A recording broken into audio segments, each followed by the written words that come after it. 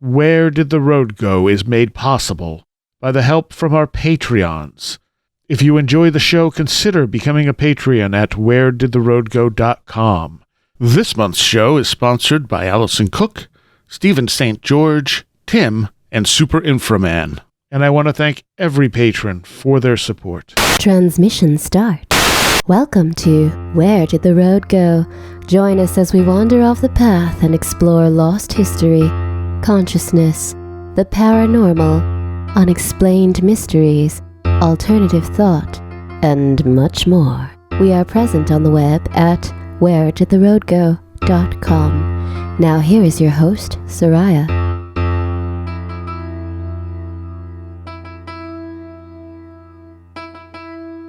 Welcome to this edition of Where Did the Road Go? And I think this is the most people we've ever had on a show together. So what could go wrong? Yes, exactly. So we have Joshua Cutchin. Hello. Red Pill Junkie. Feliz Navidad.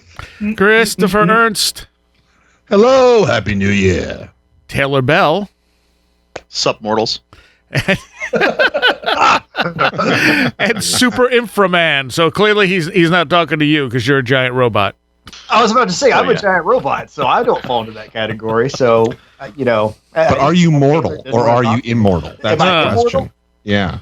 As long as you keep oiling them. Yeah. I think my half-life is like 30,000 years. So okay, there you go. Right.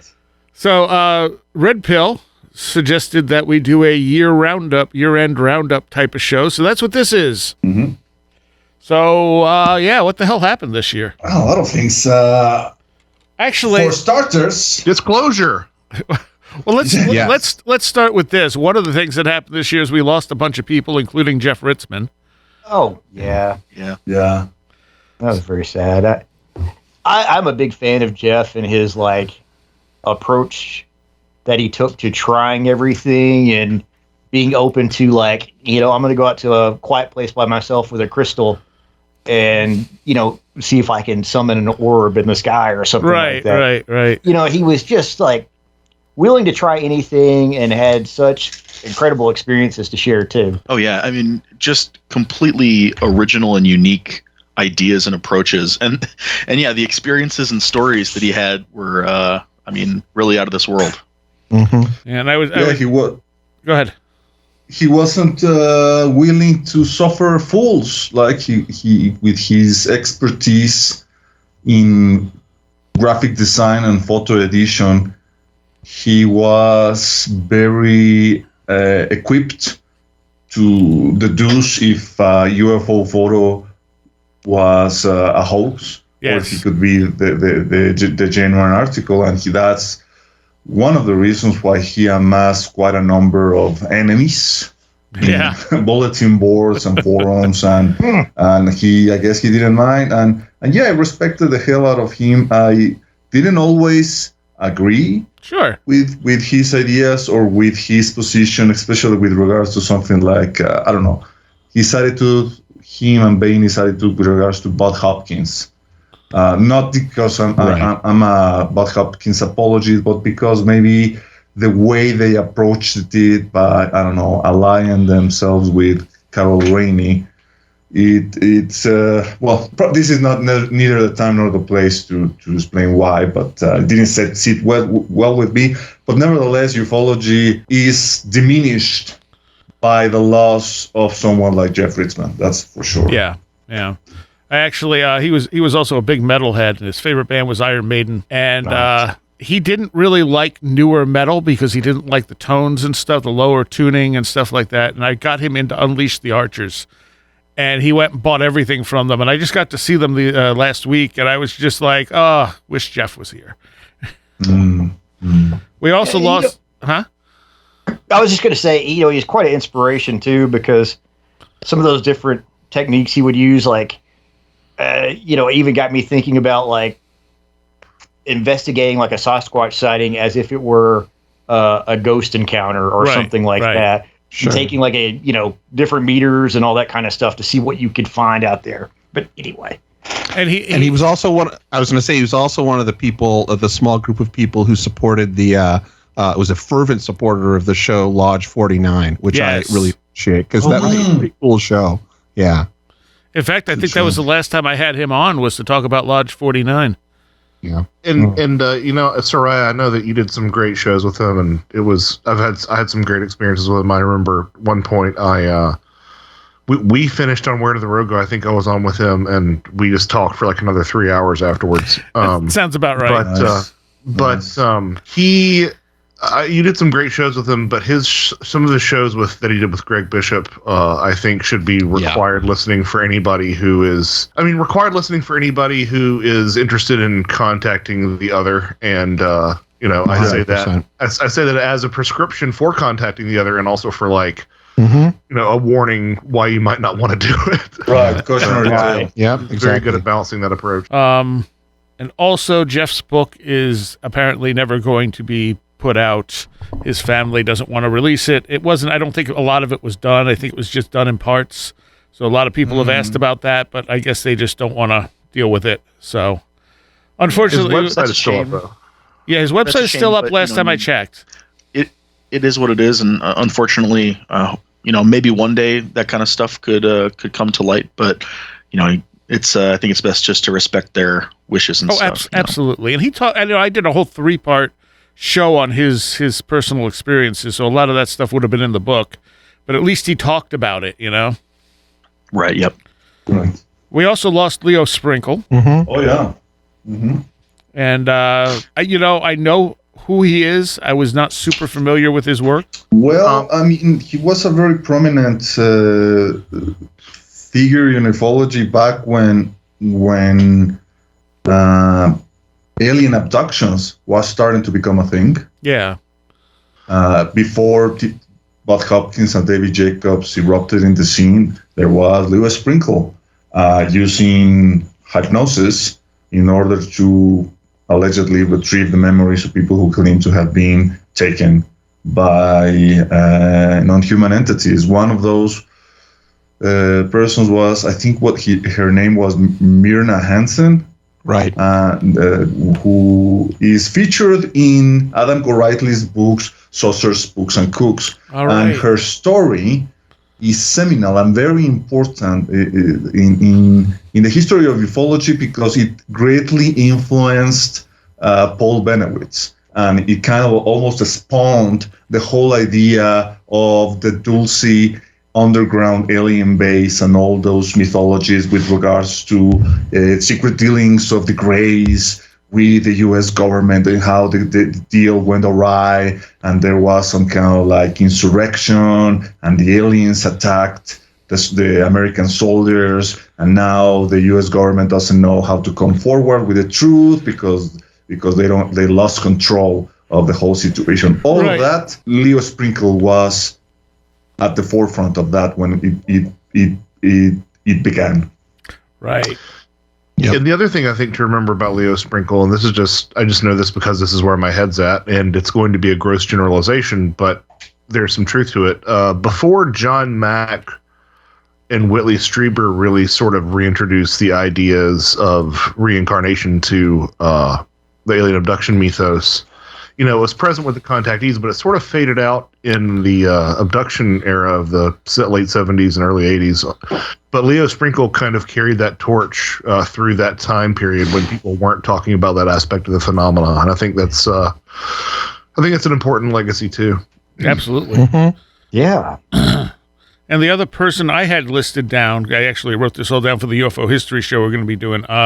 Skylar Alfred, I don't know how to say her last name. Alfregren passed away as well. Yeah, I think you nailed it. Yeah. And she was involved in the UFO community. I don't know. I was friends with her on Facebook, but I don't know exactly what she did here and there other than just being involved with the community. Well, she did a lot of things. She was pretty much involved in the 90s zine scene. Okay. Right. With people like Greg Bishop, who was a very big friend of hers. In fact, there's been times when Greg has told in public, I think also in private, how much he owed Skylar for improving his own writing because Skylar was very gifted.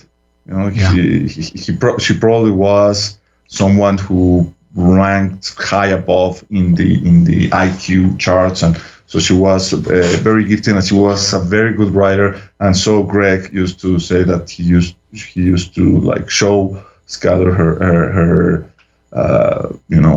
manuscripts, and Skylar could be ruthless, nice. like saying, I mean, what is this about your first paragraph? Why should I care to continue any further, right? And this kind of thing that forces you to improve. And I think a lot of people, especially like old timers, respected the hell out of Skylar. I saw that people like Lauren Coleman and Ken Thomas, they show their respects and their grief for the losing of Skylar. So she was involved with all these guys and going to conferences, and also I think in the productions on of TV shows and all that. She also founded a group. I think the acronym is Lo-Fi. I think we lost Super Information. We might have. We lost Red Pill. I mean, he's muted. Oh, weird. He might have muted himself by mistake. you're muted, Red Pill. Oh, maybe you can't hear us. To sort of pick up a little bit, I don't know what the acronym stands for, but the impression that I've always gotten from the way that people spoke of Skylar was that she was sort of a Fortean's Fortean, in the sense that Absolutely, yeah. a lot of people she was someone who thinkers admired for her thinking. Nice. And to that end as well, she had a lot of admirers, and I think that's a testament to her personality and quite frankly her beauty, from what I understand as well. So did anyone else pass away that I'm missing from the sort of Fortiana community? I feel probably like somebody. Yeah, I feel like I'm missing someone that I didn't mark down, but my memory is absolute crap, and I don't even know what year what happened anymore. Can anyone hear me now? Yeah, there you are. Yeah, you're back. I don't know what happened. So you got to the Lo-Fi, and you didn't get to tell us the acronym. I don't know what the acronym stands for, but I know there were a group of Fortean writers. I think they were mostly located in the west of the United States, in the Southwest. And she was the head of it, and she wrote for Fortean Times and Fate Magazine and all those publications. And unfortunately, as with Jeff, she was working on a book. I think it was going to be like her memoirs or something, and I don't think that nobody knows what happened to the manuscript, or maybe Greg does. Maybe they managed to retrieve the manuscript from her laptop, because Skylar died under very unfortunate and very sudden circumstances. So yeah, I don't think nobody knows really what will happen with the manuscript, if it was recovered at all. I guess Greg at some point might try to use it to publish the book, but I think that's going to be a very in the unforeseeable future. Right. Yeah. She had sort of this style, and I think she was definitely influenced by gonzo journalism too, yes, which sure. I really appreciated. And I think that, sort of in a similar vein, but definitely in her own right, to go rightly. And the acronym Lo-Fi, which is LOWFI, stands for League of Western Fortean Intermediatists. Yeah. That's an interesting name there. Yeah, I think that's from the writings of Charles Fort. Exactly. Of which she was a great fan. Mm-hmm. Okay. That makes sense. Very cool. Yep. So let's see. Also this year, like every year before it, Disclosure happened. The death of Disclosure. Wait, absolutely. The gift that keeps on giving. So who wants to start on that one? Josh. I mean, yeah, it's just going to be the same thing that I have said back. Well, no, actually, so there was this big kerfuffle that it was going to happen, and it actually seemed like it might have been more legitimate than ever.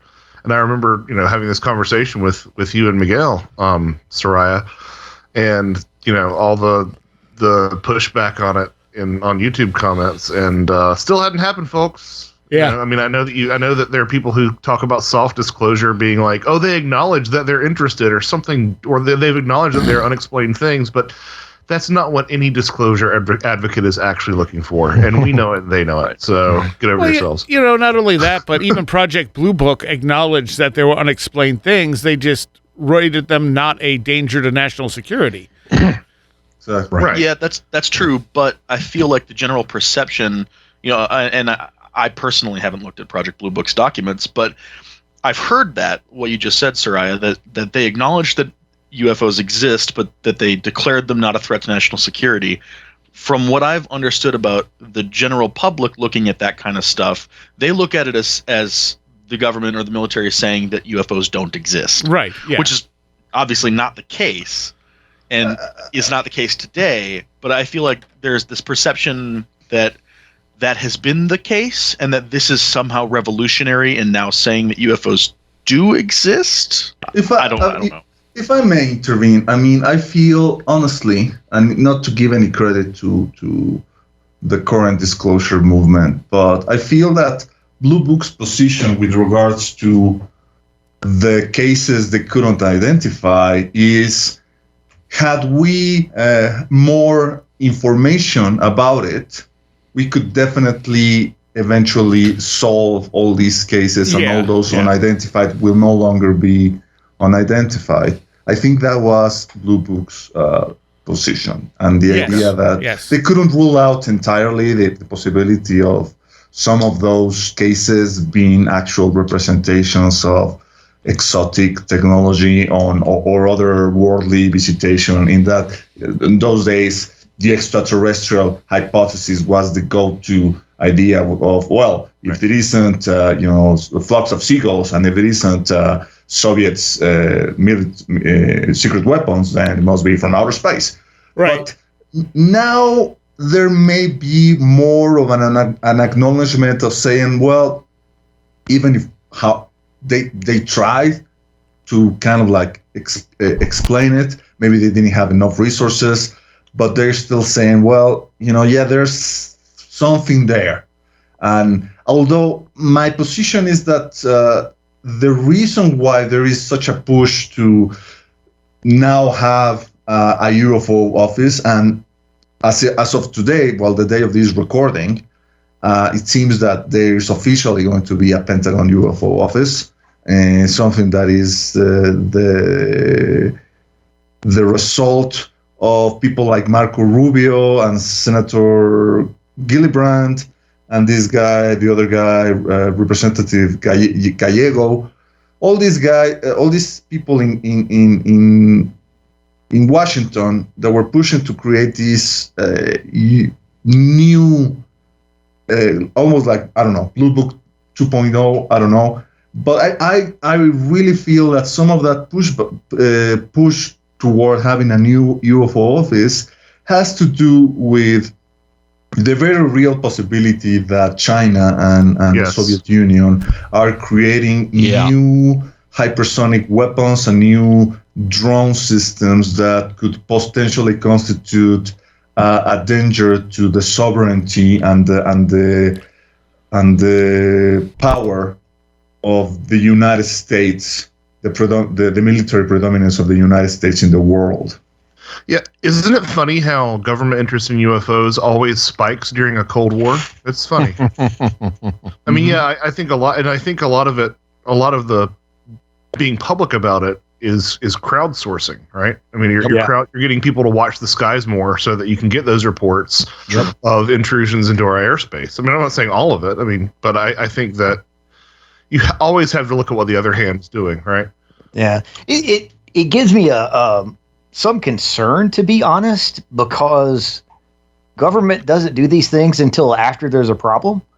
Yeah, that's just how that works. And so to see this kind of like quietly yet seriously be pushed through for exactly the reasons you're talking about, Josh and Red Pill, with the idea that, this could be a foreign actor invading our territory one way or the other.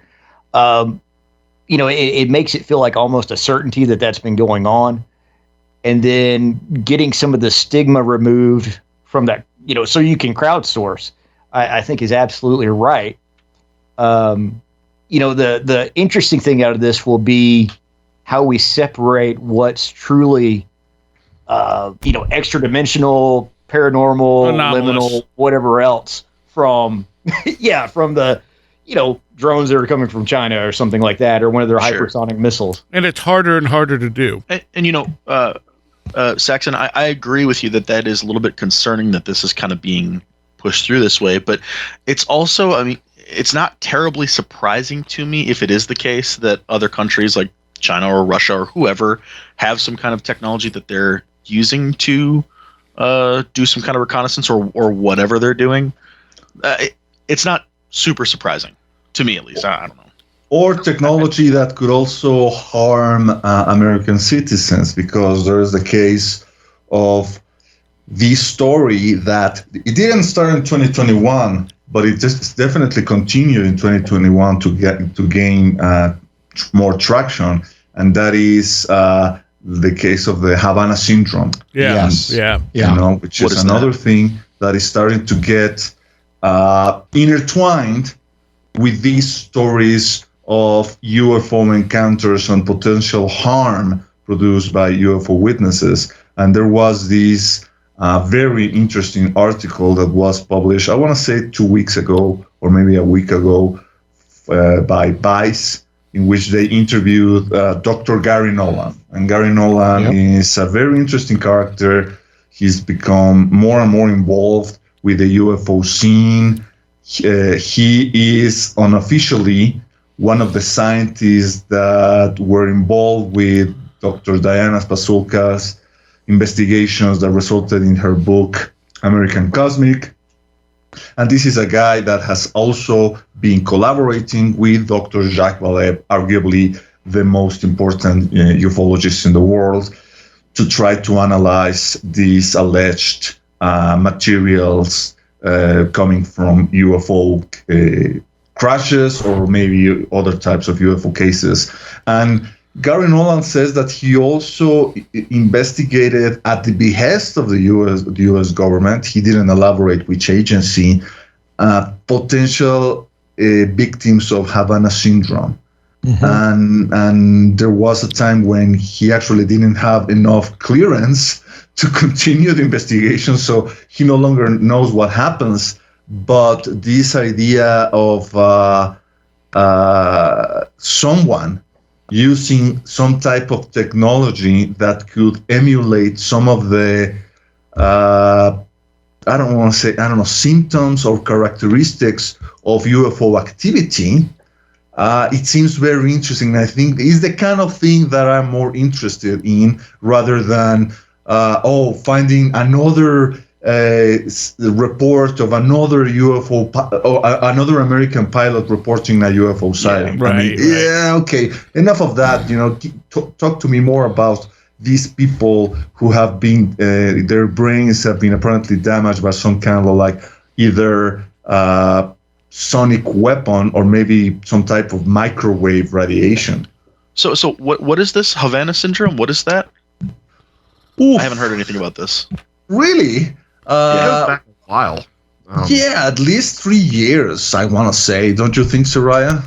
Yeah, it might even be more than that. It Probably started more. in the Havana. It or it might be 4, but it started at the embassy in Cuba, in Havana, right? Mm-hmm. And that's why it's called Havana Syndrome. And Gary kind of alluded to that, maybe Red Pill occurring other places before, but and he even alluded to the fact that even people who have been located at the infamous Skinwalker Ranch might have been also been the victims of some type of directed weapon. So this is what happened is that in Havana, a few years ago, essentially these, people that were at the U.S. Embassy, it was the U.S. Embassy, I believe, started experiencing like headaches, dizziness. They couldn't concentrate. They felt really messed up. And, people were wondering if it was radio waves or, microwaves or infrasound. Crickets. That was an explanation. Crickets. Exactly. Right. Yeah, Yes.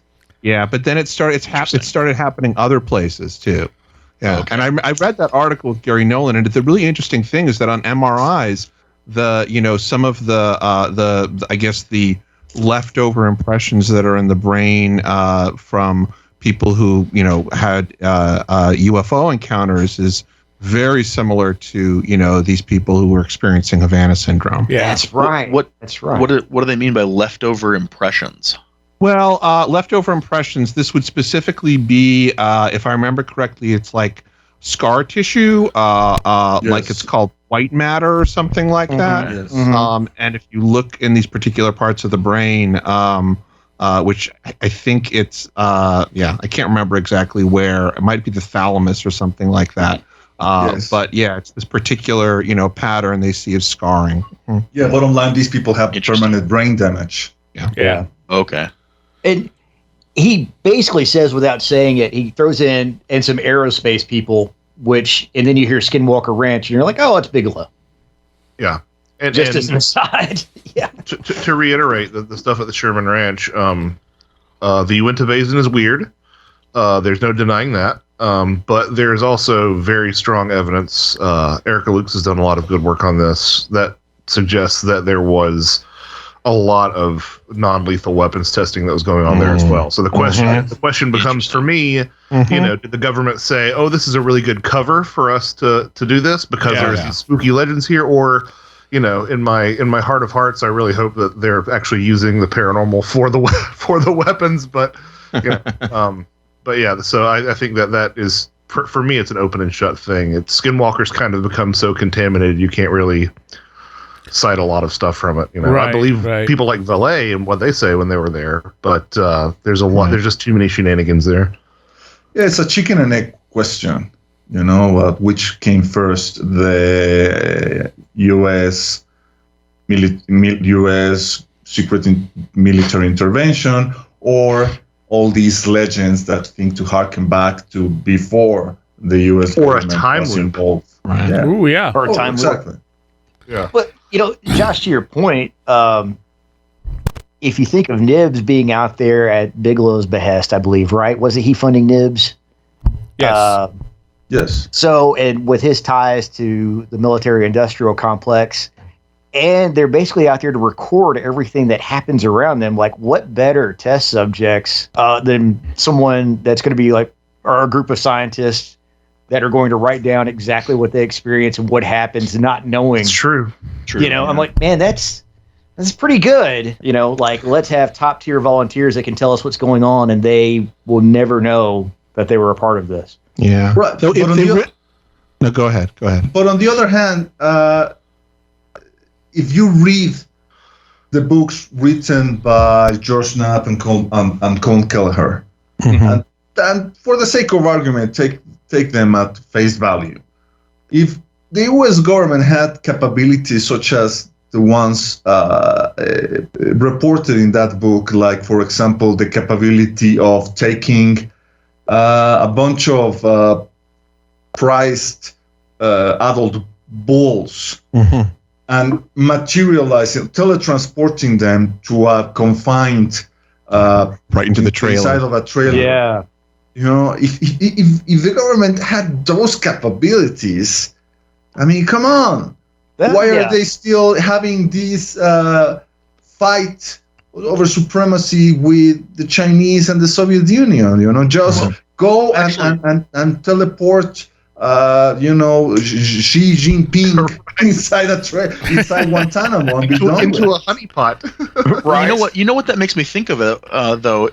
What if instead of teleportation, for instance, it's a perception thing, right? So it's using whether it's technology or some kind of techniques to do that, to move the cattle inside this tight, quarter shed and somehow placate the cattle and do it without alerting anybody or whatever the case is. Do you know what I'm saying? What I'm getting at? Yeah. Yeah, but you could still then use those illusion techniques to go and try to get the members of the Venezuelan guard to go and assassinate Nicolás Maduro or something. Mm-hmm. Right. Mm-hmm. But you don't see that happening. You make a good point, Red Pill, because like not everything is the government, and so it may be a conflation of both. Yeah, and also there's this idea that I think the U.S. government has always tried to exploit the UFO phenomenon in order to try to ascribe themselves powers and capabilities that go far beyond their absolutely means. Yes, Like let's allow the Soviets to think those flying saucers are ours, so they will think twice about invading America. And now let's make the Chinese think we have these capabilities to teleport cows and to make bulletproof giant wolves appear out of thin air. Right. Yeah. Yeah. So I don't know. It's not like I'm trying to be here a skinwalker apologist, but at the same time, this idea of saying, it's all government shenanigans, government disinformations. I feel that doesn't really solve the problem. If anything, it makes it worse. I'm of the opinion that if you live in if you have decided that you live in a magical universe, you kind of have to buy into a lot of indigenous claims. You don't have to say that they're the exact representation of what the phenomena is, but you have to lend them a little bit more weight than you would otherwise. And there's no denying that whole region is just traditionally spooky. Mm-hmm. Yes. Well, that's a lot of different places, including obviously the Southwest and whatnot, but also Appalachia, and there's a lot of different places in America, but also all over the world. And I think you have a good point. At the very least, listen to those stories and give them some kind of credence and try to understand them however we can. Yeah. Well, if you start out with the assumption that you, the one who is asking the question, me, whoever it is, I'm saying the general, the royal universal you, that you don't know everything, and that just because somebody lived 500 years ago or lived a rural agricultural life doesn't mean they don't know things and have a knowledge of something. I think that going into any of those stories or any of that history without the sort of modern Western, assumption that we know everything, because of the scientific method, et cetera, et cetera. Yeah. Yeah, I mean, there are all these areas in the globe where things get mixed up in very complex ways. Like, take, for example, another thing that happened this year is the release of Jacques Vallée's newest book, Trinity. Right. The biggest secret, I think, is the subtitle, and it's talks about this supposed case that predated Roswell by 2 years, happened in 1945, only a month after the first atomic test in the United States.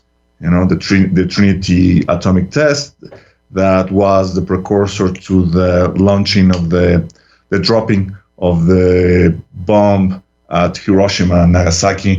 And if you go and see that area, you see that there was a lot of weird things happening even before the United States picked those places to build these atomic test sites, and also the missile test sites at Alamogordo. Like, there's these legends of this Catholic nun, Maria de Agreda, who supposedly was able to bilocate from Spain to New Mexico to start to convert the Indians even before the arrival of the Spanish missionaries. When the Spanish missionaries finally arrived to that location, the Indians say, "Oh no, yeah, we know all about your Christ because there's this blue lady who came before you and started to talk to us about your religion." And also that place happens to coincide with another very important case in the history of ufology, which is the Socorro landing case that happened in, I want to say, 1964 with Lonnie Zamora. Yep. So when you see all these things coming together, it really feels like some kind of like synchronistic plot that we barely are able to unravel. But then to people say, "Oh no, this is all just the matter of X military intervention," of saying, "Oh no, this is just a matter of Y, the aliens coming here." I feel that is so simplistic, and I think it's high time for people interested in these things to try to go and take a bigger picture. Agreed, completely. Completely agreed. Which doesn't preclude there being something that is, I mean, at some point somebody's probably tried to, with the miracle of technology, build a craft that can, traverse space-time, or at least somebody's trying to do that. And sure, that can also happen too, here on this planet, or maybe another. Or sure, from the afterlife. Or from the afterlife, yeah, or the mirror universe that Whitley Strieber talks to in his book, A New World. Or some kind of hyperdimensional reality. Yeah. I don't know. Or the super spectrum. Right, yeah. Did you guys see the article? Oh, it is Gary Nolan, who's analyzing the anomalous materials. Yep. Mm-hmm. And he's finding that they're not naturally made, but they're not stuff we couldn't make. His question is just, why would we make this stuff? Like, it's not useful. It's the same. Isn't that the same sort of results that people have, it's the same results that we got out of, the implant. Yes. Not, I'm trying to remember the guy's name. And now I'm just thinking of Leo Sprinkle. He died. Lear? Yeah, Lear. Yeah, Dr. Roger Lear. Yeah. Roger Lear. It's and in the, I think the analysis that's been done of previous quote unquote metamaterials too, it's always the same thing. It's an alloy that, yes, we could make. It would be difficult to, and why would we? But we could make it. It's not like some cosmic, material, exotic material that we've never seen before. And I mean, right. I this think is something that I actually talked to with Jacques Vallée back in, I want to say, 2016. Maybe, or something like that. And I proposed to him that this is something that seems to be connected with alchemy. The idea of the ancient alchemist using forgotten ancient techniques in order to create matter out of nothing. Yeah. So I told him, I asked him, do you think that maybe we're dealing with some kind of intelligence that is capable of instantly transforming energy into matter and vice versa? Like when these entities need to interact with our reality for a limited time period, they create these forms, let's call them avatars. Yeah. Sure. To do what they need to do, and then once they don't need them anymore, well, they either disintegrate, maybe they slowly decompose, and this is something that I know, Soraya, you have talked to. I think you talked to that with one of your latest guests, the girl of the Believer Paranormal podcast. Oh yeah. Yeah, your idea that maybe Bigfoot, the reason why it stinks is because the moment that it appears, it starts to decompose, right? Which I thought was very, very provocative. And yeah, this idea that bottom line, these things are not coming from outer space. And right now, the scientists think, well, maybe these characteristics have to do with anti-gravity properties or some other type of property that we need to investigate in order to copy them and in order to reproduce them. I feel it's a fool's errand. I honestly feel that these objects have more to do with the upwards that the spiritualists were getting in seances in the 19th century than with revolutionary space age materials. Absolutely. Right. Sure. And the other thing, it may be that, like the article there talks about how this stuff was often the slag that was being thrown off by these objects. So maybe in a sense, it's kind of the waste material of whatever process is going on. Right. And what I find really attractive about that as well is that it sort of encompasses a whole host of phenomena, like from including like saints' relics and these charming little fairy boots and fairy flags that we get. Some of them are really quite convincing, like these little boots that are made out of tanned mouse hide, right? But very few people will actually say, "Oh, that means that they're literal flesh and blood little people." So I would, the analogy I like to make is like, what would the results of an analysis of a piece of Thor's hammer come back like, right? If we didn't have tools to describe that, it'd be like, oh, it's not made on Earth, and it just seems to be strange. We don't know why anybody would build it, even if we could build it. So I think that they seem to be much more akin to that. Fair. Yeah, and also the idea that whatever these materials are something that could be, created with components or elements that are here on Earth, I guess speaks more to the idea that they exist at all, as opposed to who created them, or what created them. It feels like, they're, hey, congratulations, they're real. Right. One of the things I've noticed throughout this year, and really the year before, is that when you're dealing with space news, you're finding more and more references to electrical phenomena in space, without, of course, any acknowledgement of the electric universe idea, but that stuff is slowly working its way in there. There was just an article about large filaments that they found outside the Milky Way galaxy, and they're like, we don't know what these are. And I'm like, filaments, huh? Sure. Odd. Yeah, that is interesting how that kind of...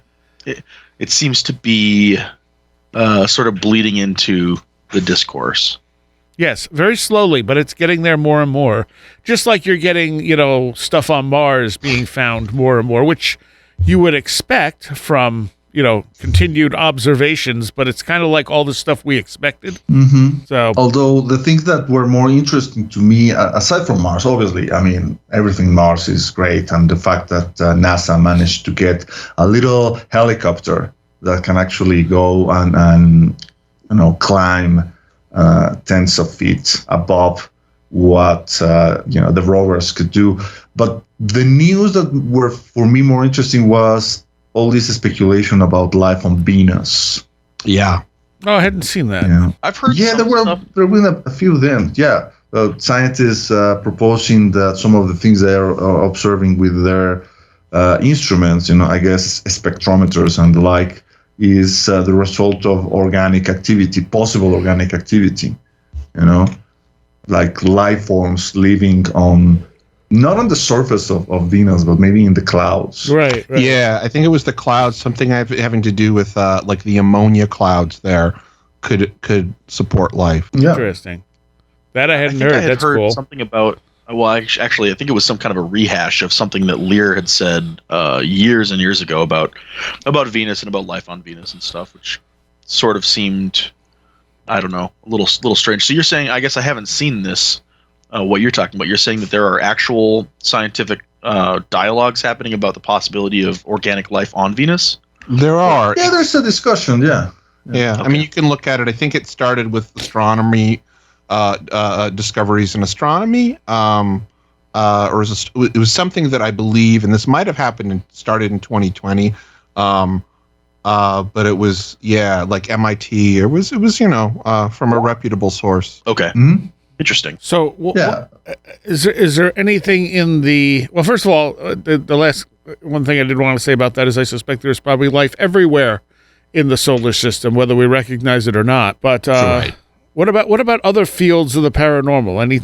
Anything happened that stands out to anybody this year, whether it be cryptids or ghosts or anything like that?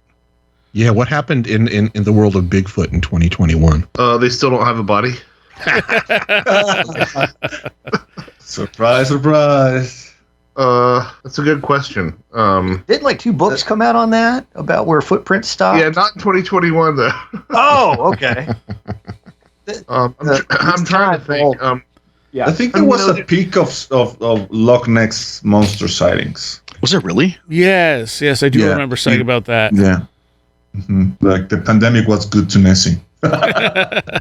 Weird. What a random thing. It's interesting because Bigfoot stuff doesn't really progress. That's sort of the problem. I mean, it's the same. It's just more of the same stuff over and over again without any real furthering of the narrative of figuring out what's going on. Unless it's progressing in reverse, like Tim always, or maybe Josh, you're talking about this too, but I feel like I always hear Tim talk about it, and that it's progressing and the wild men get wilder. Yeah. Have been getting wilder. But I mean, as far as figuring any of that stuff out, though, I mean, we just have more encounters, more cases, but not anything that has really changed the dialogue, other than, where the footprints end. I think that. Sorry, go ahead. I was just gonna say that I think that Tim and I have been uniformly shocked at how the community continues to open up about this stuff. I run into more and more flesh and blooders who are converted to weirdness, or at least admitting things like the lights. So I think that's the general trend, which I mean would be consistent with the very Charles Fort idea that we're sort of entering the dominant of witchcraft, that things literally become true in a different way that they weren't before, right? That's interesting too. It's funny. I did think of at least you guys putting the idea of paranormal Bigfoot into the zeitgeist when the I forget the name of it, but it's, and I know you're not on Twitter anymore, Josh, but Go Rightly hit me to the UFO bot, which basically is like a bot that replicates from UFO Twitter. And one recently was something like, I forget what it was. It's these great sort of nonsense things like, Bigelow needs to disclose the link between landscaping and UFO Bigfoot. it's a human rights issue, guys. And the zeitgeist. Yeah. I mean, I'm not a proponent of the flesh and blood Bigfoot anymore, but one thing that could potentially be said that changes the conversation is that we keep adding more and more members to the human family. Like they keep finding new types of ancient extinct hominids, like the Denisovans and the Neanderthals, and now there's been another one that I think that was found in a cave. I don't know if it's China or Siberia that lived like 300,000 years ago. Yeah. And also the idea that we keep setting the date of the first humans in the Americas further and further back in time. Another thing that happened this year is all these news showing evidence, maybe not conclusive, but very tantalizing, that there were humans in the Americas at least 30,000 years ago, which is compared to what people used to think that, they only arrived here maybe 13 or 14,000 years ago through the Beringia Strait from Siberia to Alaska. Now we're saying 30,000 years ago, and probably I'm pretty sure that maybe next year they will say, no, actually we found evidence that it's 50,000 years ago. Yes. Or 60. Yeah. The hominid species they found in China. The Dragon Man, right? The Dragon Man, yes. Yeah, it was like the skull cap of the skull, and it's got some interesting features that look a little bit more like a Neanderthal and others that look a bit more like modern humans. It's pretty interesting to read about, because my first thought, and who knows if they'll do any kind of DNA search on this stuff or anything, I was like, I wonder if that was some of the earlier crossing over of Homo sapiens sapiens with Neanderthals. And then the evidence in South America was the children's footprints, right? Red Pill? I think so, yeah. I saw some of those that were like 23 or 27,000 years old, which is just fascinating too. I'm just looking here, and I can see from the date of January 6th why this didn't get more press. But we lost Brian Sykes. We lost Brian Sykes this year. Around that time. True. Brian Sykes from what? I'm not familiar with him. He was an Oxford geneticist who did that collection of Yeti hairs a couple of years back. About 8 years back. And the great discovery from that, which was that he didn't find any evidence that any were primates, but there was one hair that seemed to come from an extinct species of like polar bear. Some sort of polar bear. That's right. Yes.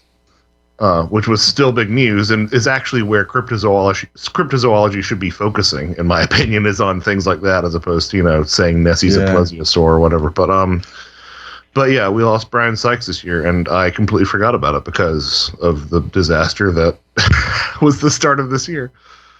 I think that Sykes also got involved with, is it Adam Davis, this guy, this cryptozoologist that was pretty much in the flesh and blood camp trying to find the orang pendek, but then he had a very weird experience in some kind of like habituation area. A portal opened and there was all these goblin-like creatures that came forth. But yes, Sykes, I think that was involved with Davis and this habituation sites where people supposedly have regular interactions with Bigfoot, but he didn't want to come forward because he felt that it would probably ruin his reputation. Yeah, Sykes was very open-minded and very he had a very good attitude towards this sort of thing. So he will be missed. I guess I didn't miss him too much this year because I forgot about it, but he will be missed. Yeah. So one of the things also that someone alerted me to was, I believe Brian Forster got the results of some of the DNA analysis he did on the skulls from Paracas. I think that was this year. And have been shown not to match up quite with any known human DNA. I'm looking for an article on it, and I can't find it. I'm finding old ones, I'm not finding a recent one. There was a recent one I read, and I believe it was that they didn't... They were partially human, but also partially not something we were familiar with. Which, of course, a lot of people jump to alien right away, but more than likely, it's yet another offshoot of human beings. Right. Right. And the argument is, no, they're cranial deformation, and some of them are, but some of them are distinctly not. Right. So those are still a mystery, and science isn't being particularly open-minded about that. Yeah. How fascinating must it have been to exist when all of these different hominid species were around? Right? Yeah, I mean, we're intelligent Homo sapiens, and the rest of the primates out there are, obviously very smart, but they don't build societies like we do. They live in the forest and what have you. But when you had other groups of like cognizant, self-aware, tool building, all that, it must have been just crazy. And I would wonder if people in different cultures, they weren't living in quote unquote civilized ways, that we just don't recognize because, we think of civilization as being, metal-based technology. And I'm thinking of, early instances of, what we lost in the Amazon, for instance. If anybody read those initial accounts of the Portuguese friar that went up the river there. I mean, these were cities, right. And how most of the Amazon is composed of terra preta, like it's tilled soil. Yeah, it's developed, managed soil. Yeah. It was in like this giant managed garden. Really, I'd never heard that before. That's fascinating. Yeah, terra preta is something we can't replicate. It is self-sustaining soil that does not lose its nutrients and stuff. It's really amazing stuff. I guess they actually have some at Cornell and they're studying it. But the explanation, I heard Graham Hancock talk about this, the official explanation was just like it was oh, it was a burn pile that had this happen to it and this happened to it, and it just happened to end up as Terra Preta over time. Of course. Yeah. Of course. Yeah, because it couldn't possibly have been some kind of ingenuity of Yeah, human beings in the past. people were not smart, back then. Yeah, exactly. And you got to wonder when there were literally different races of humans out there, did they get along? I mean, we can't get along with one basic race of humans just because of differences in things like skin color. What would it have been like when you have completely different literal races of humans? But I think Saxon race is a good point that, there is, I think, some similarities to be seen in some of the, I don't know, you guys mentioned this Dragon Man. I wasn't familiar with that. But, like with today, I think there is both disagreement and intermingling and people kind of on all sides of the equation. I'm sure that there were similar situations, although, and we don't know. I mean, we don't know what their culture was like, what their boundaries were like back then, or and if they were as tribal as we are. Right. Yeah. Well, if you look at recorded history, despite all the horrible things going on in the world, this is still the most peaceful time that humanity has been around. And some of that's because there's so many of us, right? Because it's a ratio. But I do think that it was probably went both ways. Like it in the sense of, if we're in a habitat that's got limited resources and suddenly another tribe shows up, and if they start eating the food here, taking the game or whatever, it means some people that are in my tribe are going to die. You might have to kill them. I don't know. It's debatable. I mean, there's this book, Civilized to Death, by Dr. Christopher Ryan, who's a friend of mine, who really makes a good case against this idea that people in ancient times, I'm talking about before the invention of agriculture, right? Which is, 100,000 years in which humans seem to have lived pretty harmoniously, and this idea that they were also fighting the same as we are, it doesn't seem likely.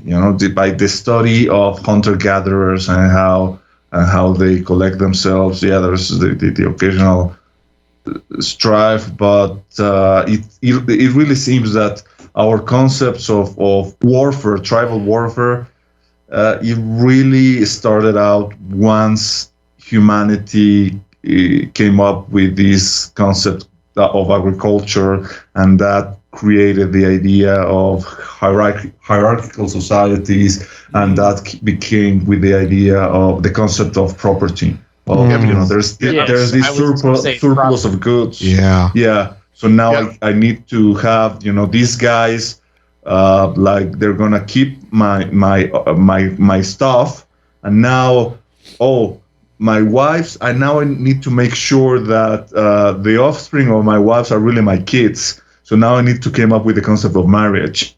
And now my wife becomes a commodity too. So I think all this was the result of agriculture, and then the rise of kingdoms and empires, and the thing that we now call civilization, which people think it was such a good idea. And Chris Ryan makes the case that maybe it was a mistake. Scarcity breeds conflict, right? No, that reminds me of Terrence McKenna's idea that at one point we were just all kind of in this orgiastic mess, and when someone got pregnant, you had no way of knowing who the father was. So we all ended up, treating them as our own. These hunter-gatherer societies have this idea that if a woman needs to have multiple partners, because the semen of those men will mix up together inside her in order to get the traits of this guy who is like a good hunter, and this guy who's probably more handsome, and this guy, and since this woman has had relations with all these men, nobody can know who is really the father. So everybody treats the child as like a child of the tribe. instead of fighting of, oh no, you were unfaithful to me. And the sense of family and sort of community was, I think, very much extended too. You know, the sense of the like intimacy that you have with your nuclear family, which is a product of civilization, obviously. Yeah, exactly. I think, from everything I've read, was extended to many people, and that it did include, like you said, sex lives and raising the children and stuff like that. And don't overlook the effects of the deprivation of meaning on crime and violence as well. Deprivation of meaning in one's life. Yep. By the way, I should issue a retraction here. Brian Sykes died in December of 2020. Close enough. But there was also, interestingly enough, a study at the beginning of the year that suggested that the thylacine survived into perhaps the 1990s or early 2000s. In which case, I say, why not? Surviving through modern day. Like if you want to have a good time on the internet and watch some cryptozoology videos that aren't blob squatch. Do a search for thylacine videos or Tasmanian tiger videos. Some of these videos are super, super compelling. Yeah, I've seen some of those, and especially I guess I've seen pictures too. But yeah, that's a fascinating thing because it's like it has been so sure that they've been extinct, and now we're hearing reports that honestly there've been reports of thylacine in that area. Is it New Zealand or is it Australia? Tasmania. It's Tasmania. So that part of the world for a long time, since they had supposedly been extinct. But yeah, it's good to see that it's finally getting some more attention, I suppose. I think that's a good example of where modern technology, when we always complain about why don't we have better pictures of Sasquatch, it challenges that in some ways, because some of that video footage, the thylacine looks like, to Josh's point, is really compelling. And it's like somebody's camera that's mounted on the back of their porch, to watch for critters out in the outback or whatever. It's interesting stuff that we get that there, but we don't get that same type of recordings when we try to, record Bigfoot or orang pindak or something like that. Yeah, and that's why I suggest that they're giving off light that our cameras aren't able to process completely. Yeah. Right. Hence, yes, Bigfoot is always blurry. Yeah. Exactly. What about movies and stuff on the paranormal? Anything of note stick out to anyone this year? Related to the paranormal that were released this year? Ghostbusters. I'm trying to think. Yeah. I haven't seen it. I haven't seen it. That was either. really recent, right? Yeah, it just came out, I think, in the last few weeks. It just came out. Yeah. And The Matrix just came out, too. Yeah, The Matrix, I haven't seen it yet, too. Yeah. There's an episode that I have not seen, but there's an episode of FX's television show, Reservation Dogs, that Tim Renner says is the best depiction of Bigfoot he's ever seen. Really? Reservation Dogs? Tim might be right. Yeah, it's really good. That's a great show, and it's a totally, like, liminal, weird show, and I know the episode you're talking about. It's great. Yeah. Yeah. Do they refer to him as like the big man? Is that right? I think so. Yeah. It's done really. And it has to do with death too. Yeah. Yeah. Okay. Yeah. But you see silhouettes of it, and just its eyes glow, and it's done in such a way that it's, I don't know, because it is dealing with death and sort of like coming to grips with these things where it's menacing, but it's also reassuring or something like that. It's very interesting. Mm. And that's Reservation Dogs? Yeah. It's about go ahead. I was just going to say it's Taika Waititi and this filmmaker, the showrunner is this Native American Sterling Harjo. I forget what tribe he comes from. But yeah, he's the showrunner, and it's pretty much all, most of the cast are Native American actors, and it's set basically like, I want to say it's set in like Wisconsin or something. I actually don't remember. It's set essentially just like in a small tribal town and it's about these kids, these teenagers, and like a bunch, other people in the town there and their relationships. But there's this really like, when I was speaking of Lodge 49 and Jeff Ritzman earlier, I feel like if Jeff had been around to see this, he probably would have liked this show too, for its sort of the underpinnings of liminality that are in it. It has a similar kind of vibe. And it looks like it's the Oklahoma. liminality. Yeah, that reminds me of that the series in Netflix, the one in Iceland. Katla. Josh. Oh yeah. Katla. Yep. Yeah. Mm. That was awesome. Was that 2021? Yeah, I'm pretty sure it was. Yeah. been a long year. That's the thing. I can't even remember what's this year, what's 2020. There was a so I'm a big fan. I believe that the best creature design since H.R. Giger's Xenomorph was the creature from The Ritual, which was Totally Yeah, seconded. Yes. Oh, yeah. It's like I saw it and I'm like, I have never seen something that looks like that before. Yes. But the same folks who did The Ritual did a film that's on Netflix that looks like a straightforward ghost story, but it's called No One Gets Out Alive.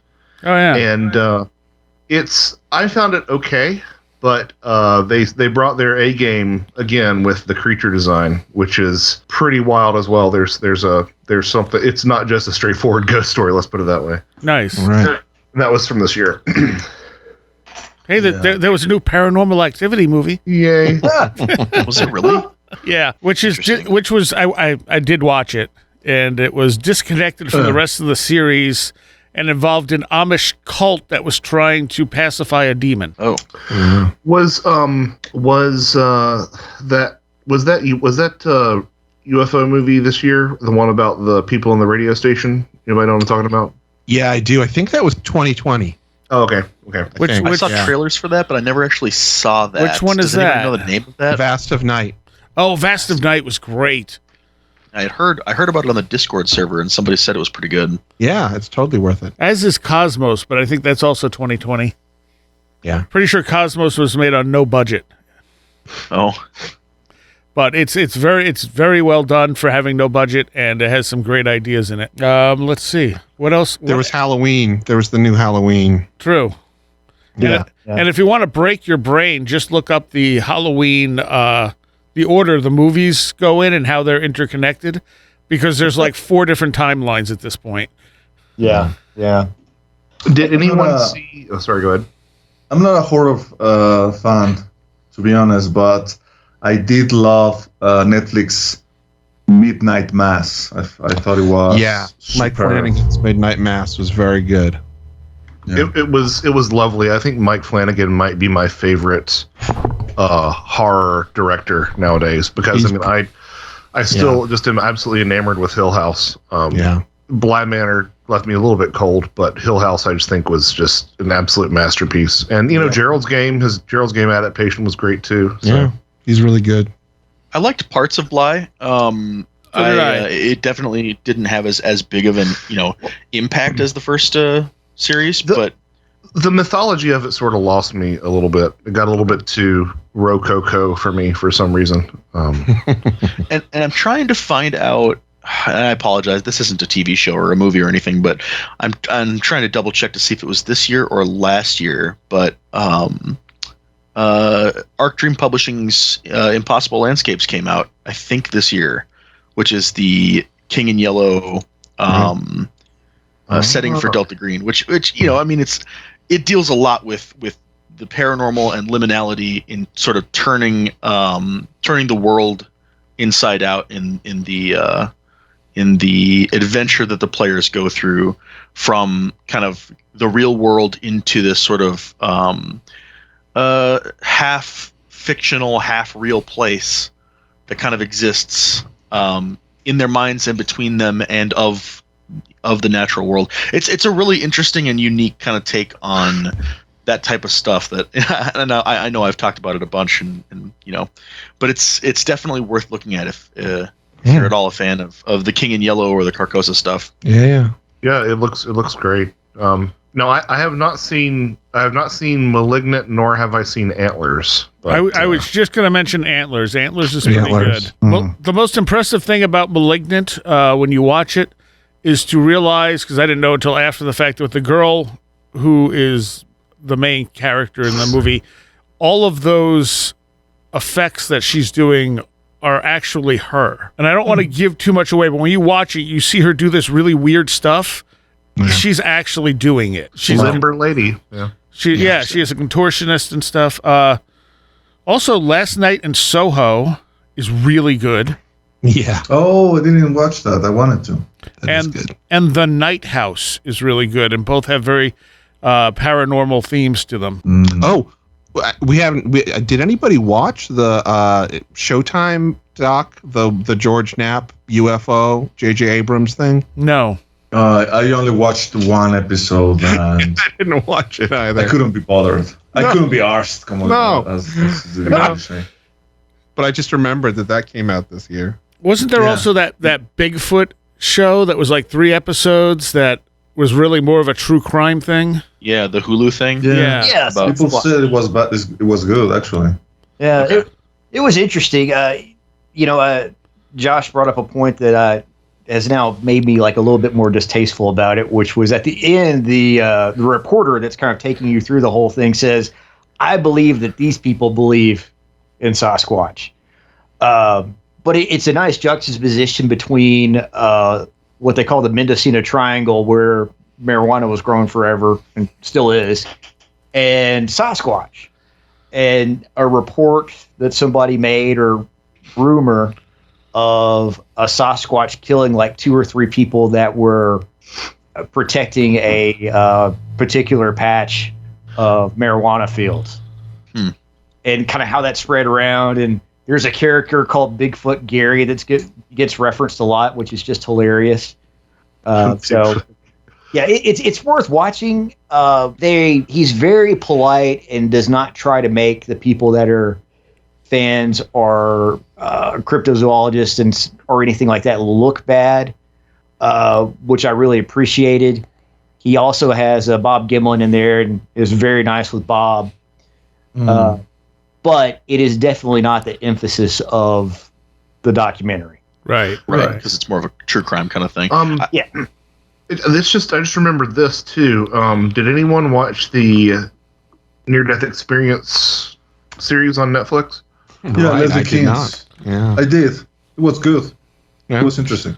I heard it was good. I hadn't seen it. Yeah, it was. I mean, obviously, like in these kind of things, it will never be like, oh, this is the uncontroversial truth that there is life after death. But it was a good tapestry of different,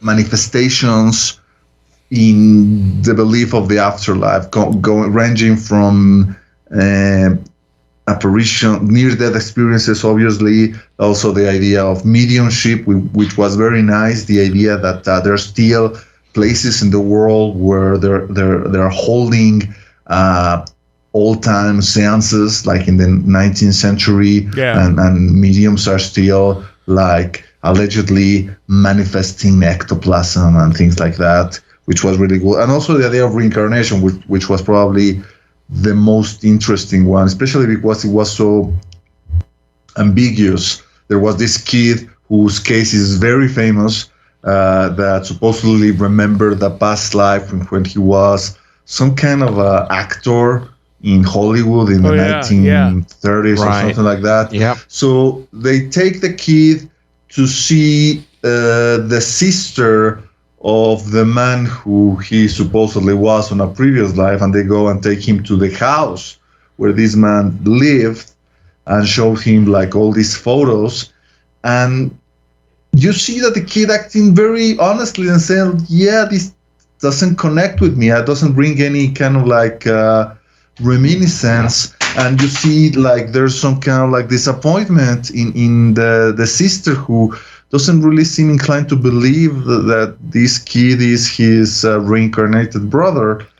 But it also would support the idea that these kids, once they reach a certain age, their memories of their past lives start to fade away, and they like become this new incarnation. And so as they should, because imagine how it will be if you actually manage to remember all your previous lives. It will be a mess. There's actually a movie that came out, I think, this year about just that. It's about these people who remember all their past lives, and one group wants to literally destroy the world to stop incarnating. Yeah. That's a great way to break the cycle. Yeah. I can't remember what it wasn't bad, it wasn't great, but like the concept was kind of cool. Yeah, sounds good. Yeah. I wonder what it was. I'm sure I have it on this list here somewhere.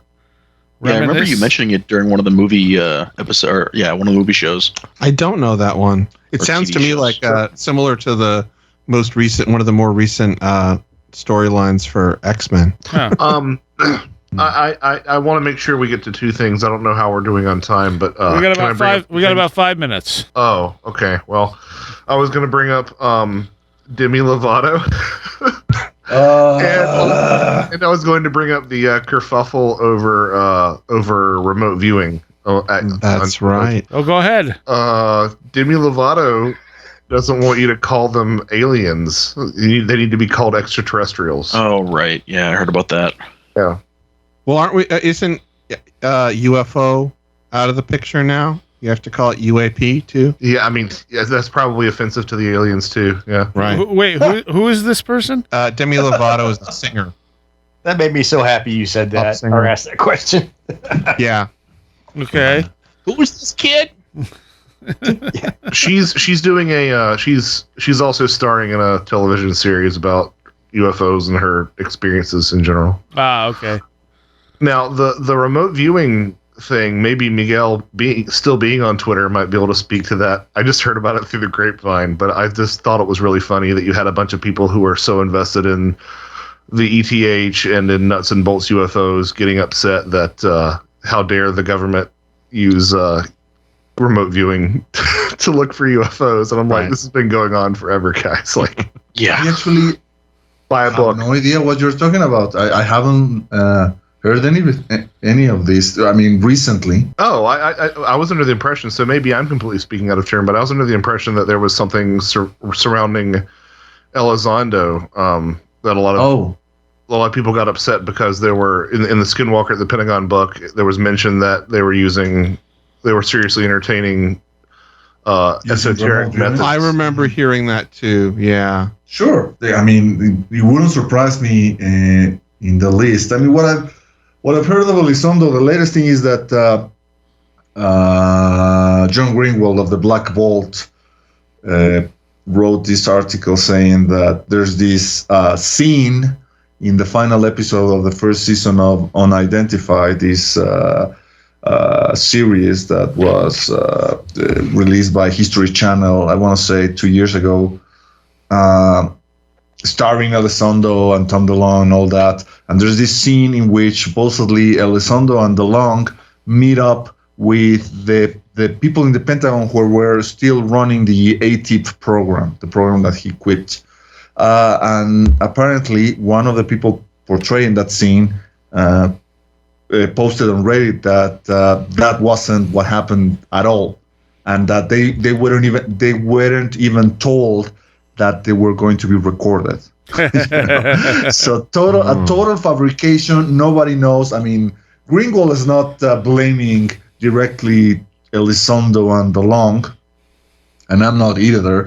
But it goes to show that all these claims by Elizondo get murkier and murkier, and try to validate what he says is getting more and more difficult. It's almost like he's building a religion around himself, you know? Yeah. And there's all these acolytes trying to gather all these tidbits of little innuendos and speculations that, well, you know, maybe the aliens come from another dimension. Oh my God, he said that, on the hour and minute 6 of this obscure podcast in which he was invited. And in this other obscure podcast, he said that maybe someone intervened in our civilization and gave us a hand 8,000 years ago. And oh my God, So they're gathering all this information in order to create the Gospel of Lou, because it's going to be their Bible or something, because it's the only thing that's going on with Elizondo. Because another thing that happened this year, we should probably mention, is that the Galileo Project was kickstarted. Oh, right. Of course. By Avalon. And Elizondo and Mellon eventually got invited, which is something kind of like sketchy to me, because Love said that he wasn't interested in the slightest in investigating reports that had anything to do with the military. But now these guys are involved, so I guess anything goes now. Well, weren't they? I mean, I don't remember exactly, but were they pulled on as like honorary members or something like that, or were they? Because it's essentially supposed to be a scientific research group or community, right? There's a scientific group, but there are more and more, consultants or honorary members that have nothing to do with science, like Nick Pope. Right. Yeah. I think consultant is a better word. There was some word that they used. Maybe it was consultant. Yeah, I guess consultants, and I guess the way that they phrased it when they were announced is that they would be advising Galileo in where to put their sensory equipment once they manage to get enough funds and build them. So maybe these guys will say, you have to put your sensors near Catalina Island, because that's where, the UFO hotspot where all these the Nimitz encounters happen. Or maybe my suspicion as these guys will be advise them once Galileo tracks something that could be potentially uncovering really sensitive military technology, that will say, hey, you better stay clear from that one. That's actually not a bad idea. Yeah, like, get out of this direction, or that's interesting. Isn't Jason Colavito one of the people on that too?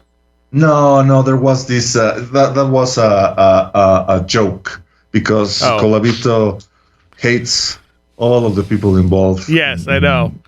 Galileo. But I thought for some reason someone said he was a part of it, and he was wondering why he was. Oh. Yeah, well, Seth Shostak is part of it. Yeah, who ran the SETI program. Ran the SETI program, and has always been very skeptical of UFO claims, and now he seems to be part of this group that will try to entertain UFO claims from a very agnostic position, hopefully.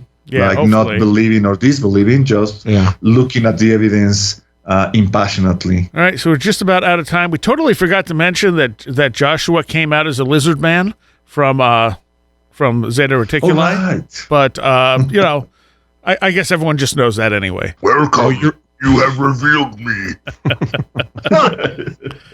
So let's go down the list and where people can find everyone. Let's start with the lizard man. Josh?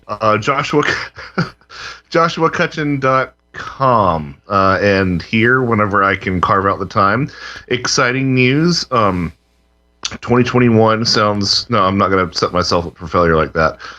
Currently, I am scheduled to have my release of my edited collection of fairy film essays out next month. So hopefully I'll be back on here to talk about that soon. All right. Miguel? DailyGrail.com, AbsurdByDesign.com, and obviously this year is going to be my ufology tarot project year, the year that I'm going to devote all my energy and my time whenever I'm not speaking with you guys in these kind of roundtables, working my butt off trying to create these cards that are due in November of 2022. Taylor? You can find me in your dreams. Ooh. But but also, if you're listening to podcasts, Green Line Podcast, which has admittedly been a little bit slower lately because of working a new job, but hopefully we'll speed up a little bit here coming in 2022. Okay. And Chris? You can find me at brightrectangle.com, though it's just, nothing new is there. Find me here or in the etheric sphere. And Super Inframan is normally found flying through the skies protecting people from kaiju. That is correct. And if you really want to track me down, you can find me on Instagram. One call I did want to make. Tim Renner did a cover for Department of Truth, the comic book, for Riverbend Comics. So if you're a fan of Tim's or all the stuff we talk about then on the show, you ought to go check it out. I know he'll autograph it for you if you buy it through their Riverbend's website. Nice. All right. Thank you all. Thank you. Gracias. Yeah, thank you. Where Did the Road Go is made possible because of the support of our Patreons, and particularly those Patreons pledging $10 or more.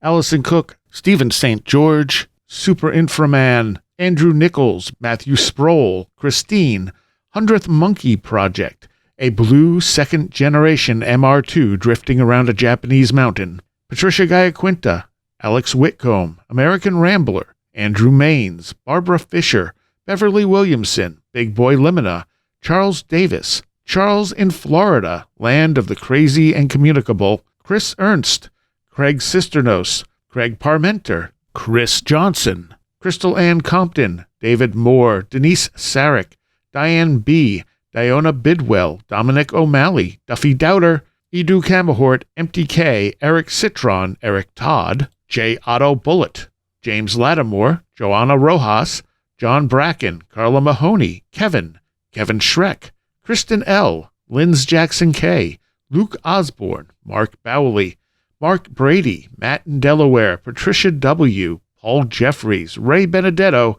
Riker and Stark, Roger Gonzalez, Sam Sharon, Stone Wilderness, Tactical Therapist, Taylor Bell, Thunderboy, Tyler Glimstead, Vincent Treewell, Walker, Will Grebhart, Will Powell, Ren Collier, Martinez Saint, and Stephen D. Also, an extra special thanks to Vincent Treewell for doing our recaps for every show. And thank you all so very much. I hope everyone enjoyed that. The Patreon segment that is included with this is longer than the actual show, because we just kept going, minus Taylor, who had to go. If you enjoyed this, think about becoming a patron and helping us out. It's $3 a month, and you can do so at wheredidtheroadgo.com. You get extra content all month. And on this Patreon episode, I believe we answered a bunch of the AMA questions that patrons had given us, and meandered along from there. So, again, it helps us out greatly. Wheredidtheroadgo.com. You can find everything Where Did the Road Go related there. There is merch and links to every show that has ever been on. We're coming up on the 9-year mark this January. January 26th is 9 years since I started this show. And, it's been a fun ride. So, to everyone out there, have a great 2022. Let's hope it's that things go in the up direction this year around. I'll see you next time. You have been listening to Where Did the Road Go? This show is made possible in part from our Patreons, and we thank you and everyone listening for helping us continue this exploration of the strange. You can always find everything Where Did the Road Go related at www.wheredidtheroadgo.com. And thank you so much for your support.